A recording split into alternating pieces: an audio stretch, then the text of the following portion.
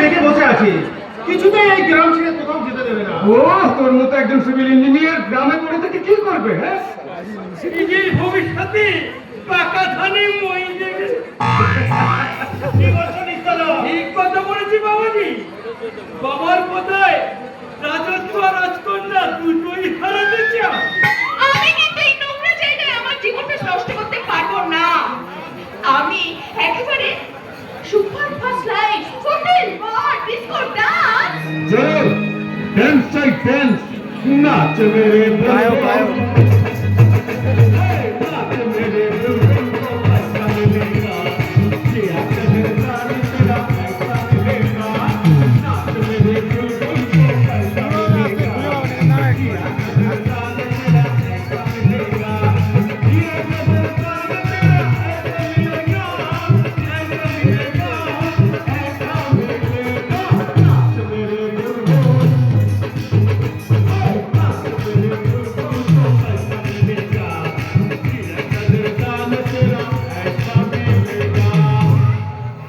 আরে বাবা বাবা, কে এসেছি? তোমাদের সেই পিস্তো তো ভাই নেপাল না? Mistaking sir, mistaking. I am not নেপা। নেপাল না? তাহলে তোমার নাম কি বাবা? अरे नहा मिता ना दिलीप कुमार किसी हीरो के बच्चे मेरा मेट्रो अभी महानोई अभी मेट्रो ना दिलीप कुमार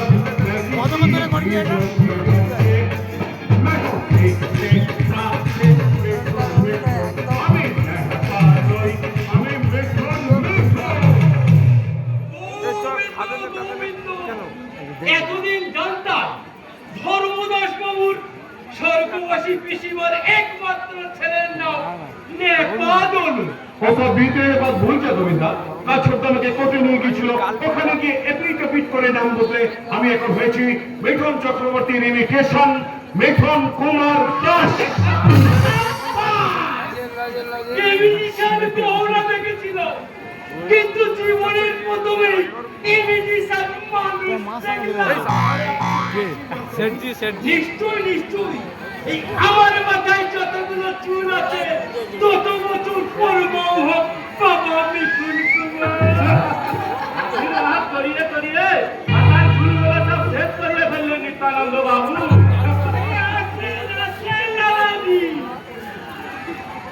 আমার পরিয়েছি ইনি হলেন বিখ্যাত ব্যবসায়ী শ্রী চোরারাম পাটপাড়িয়া। আপনি আমাকে চোর বাটপার হিসাব বলছেন? আমার নাম আছে চরকরাম বিলগড়িয়া। চরকরাম বিলগড়িয়া? কিন্তু সবাই যে বলে চোরারাম পাটপাড়িয়া। আপনি আমাকে চোর বাটপার হারামি শুয়োরের বাচ্চা কত কিছু বলে, লেখে আমি হে শহরে কত কিছু করেছি। তেল কল, চাল কল, চিনি কল, কাগজ কল, কাবরা কল। এবার ওই ধরমদাস বাবুর সাথে মিলে এই মুনারপুর গ্রামে কিছু কল বানাবো। কলদার নাম কি হবে বাবাজি? জানা তো আসেন আসেন, ধরমদাস বাবু আসেন। ওই সুন্দর কথা বলেছে, আপনি বহু রসিক আছে। রসিক? এটা আবার কি রকম কথা? নতুন কোনো গালাগাল নয় তো? তুমি কি যে বলে বোধা, রসিক কথার মানেই জানো না? আমি তো কিছুই জানি না রে, কিছুই জানি না। আমার বাবার নাম ছিল পঞ্চানন মন্ডল, লোকে ডাকতো পাঁচু বলে। বাপ যখন মারা যায় তখন আমার জন্য রেখে গেছিল 2 ভাই বোনের আর 5 বিঘা জমি।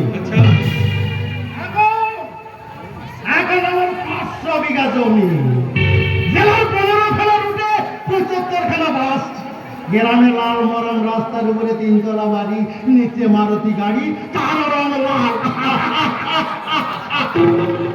এই দেখ না, দেখ ছুট প্যান্ট পরে আমি কেমন বাবু হয়েছি রে, বাবু হয়েছি। দেখ দেখ আগে আগে লোকে আমার রাখতো ধেম, আর এখন বলে ধন্যবাদ বাবু।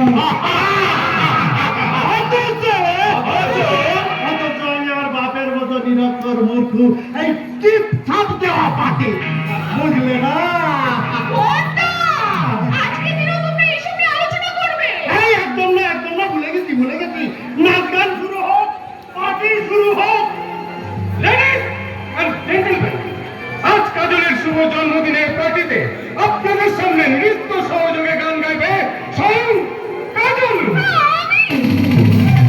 আমি কোনো গান গাইতে পারবো না, আমার গলায় ভীষণ ব্যথা। বলাই কথা কেন, কি হয়েছে?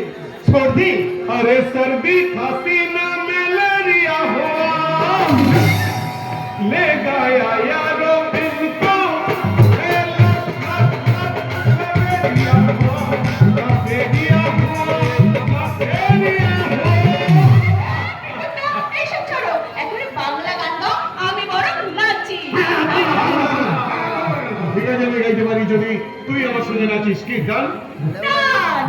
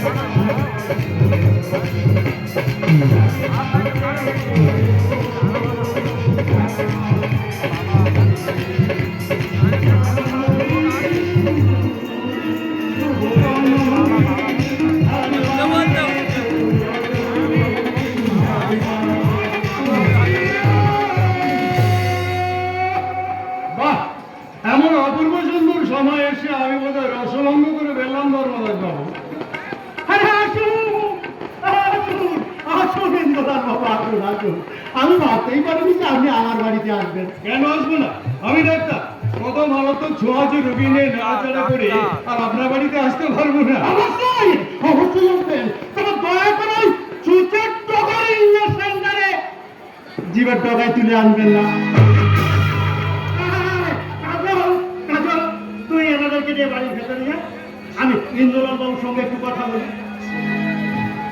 আপনারা আসুন, সামান্য কিছু খাওয়া দাওয়ার ব্যবস্থা আছে। अरे खाना पीना कोई बात नहीं, जब भी कुछ खाना देखो मेरा दिल दीवाना हो